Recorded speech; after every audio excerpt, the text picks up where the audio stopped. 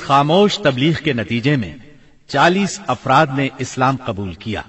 اس طرح اسلام کی بنیاد مضبوط ہو گئی۔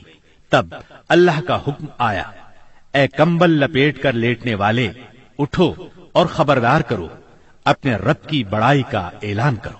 یہ سورہ مدثر کی پہلی 2 آیات کا ترجمہ ہے۔ ان میں نبی صلی اللہ علیہ وسلم کو اس عظیم اور جلیل کام کے لیے اٹھنے اور نیند کی چادر پوشی اور بستر کی گرمی سے نکل کر جہاد، کوشش اور مشقت کے میدان میں آنے کے لیے کہا گیا۔ یا ایھا المدثر قم فانذر، اے چادر پوش، اٹھ اور ڈرا۔ گویا کہا جا رہا ہے جسے اپنے لیے جینا ہے وہ تو راحت کی زندگی گزار سکتا ہے، لیکن آپ جو اس زبردست بوجھ کو اٹھا رہے ہیں تو آپ کو نیند سے کیا تعلق، آپ کو راحت سے کیا سروکار، آپ کو گرم بستر سے کیا مطلب، پرسکون زندگی سے کیا نسبت، راحت بخش ساز و سامان سے کیا واسطہ۔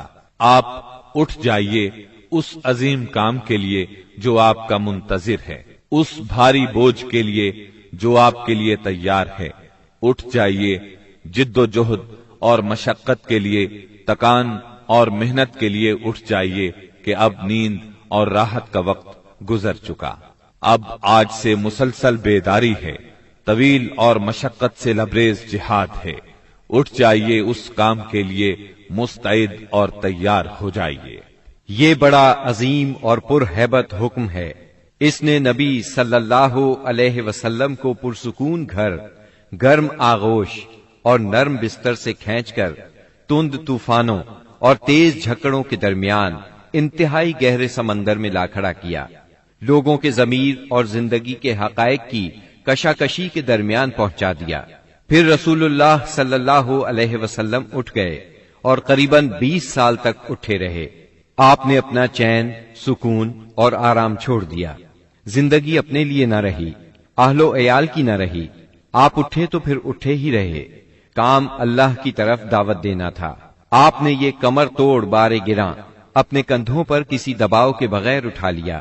یہ بوجھ تھا، اس روئے زمین پر امانت کبریٰ کا بوجھ، ساری انسانیت کا بوجھ، سارے عقیدے کا بوجھ، میدانوں میں جہاد اور دفاع کا بوجھ۔ آپ نے 20 سال سے زیادہ عرصے تک مسلسل اور ہمہ گیر مارکا آرائی میں زندگی بسر کی، اور اس پورے عرصے میں جب سے آپ نے وہ آسمانی ندا، اللہ کی آواز سنی اور یہ بھاری ذمہ داری پائی، آپ کو کوئی ایک حالت کسی دوسری حالت سے غافل نہ کر سکی۔ اللہ آپ کو ہماری طرف سے اور ساری انسانیت کی طرف سے بہترین اجر عطا فرمائے، آمین۔ پھر اللہ تعالی نے آپ کو حکم دیا، فاصدع بما تؤمر واعرض عن المشرکین۔ اے نبی، جس بات کا آپ کو حکم دیا گیا ہے اس کا صاف صاف اعلان کر دیجئے اور مشرکین سے رخ پھیر لیجئے۔ پھر مزید حکم ہوا، وَأَنذِرْ عَشِيرَتَكَ الْأَقْرَبِينَ وَاخْفِضْ جَنَاحَكَ لِمَنِ اتَّبَعَكَ مِنَ الْمُؤْمِنِينَ۔ اور سب سے پہلے اپنے قریبی رشتہ داروں کو کفر اور شرک سے ڈرائیے، اور جو ایمان لے آئے اور آپ کی پیروی کرے اس کے ساتھ نرمی اور شفقت کا معاملہ فرمائیے۔ جب آپ کو عام دعوت دینے کا حکم دیا گیا اور یہ ہدایت نازل ہوئی کہ آپ اپنے قریب ترین عزیزوں کو سب سے پہلے اللہ کے عذاب سے ڈرائیں، تو آپ نے صبح سویرے کوہ صفا پر چڑھ کر بلند آواز سے پکارا، یا صباحا۔ عرب میں یہ صدا وہ شخص لگاتا تھا جو صبح کے جھٹپٹے میں کسی دشمن کو اپنے قبیلے پر حملہ کرنے کے لیے آتے دیکھ لیتا تھا۔ آپ کی یہ آواز سن کر لوگوں نے پوچھا، یہ کون پکار رہا ہے؟ بتایا گیا، یہ محمد کی آواز ہے۔ اس پر قریش کے تمام خاندانوں کے لوگ آپ کی طرف دوڑ پڑے۔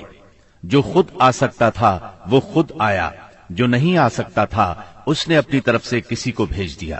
جب سب لوگ جمع ہو گئے تو آپ نے قریش کے ایک ایک خاندان کا نام لے لے کر پکارا، اے بنی ہاشم، اے بنی عبد المطلب، اے بنی فہر، اگر میں تمہیں یہ بتاؤں کہ اس پہاڑ کے پیچھے ایک لشکر تم پر حملہ کرنے کے لیے تیار ہے تو کیا تم میری بات کو سچ مانو گے؟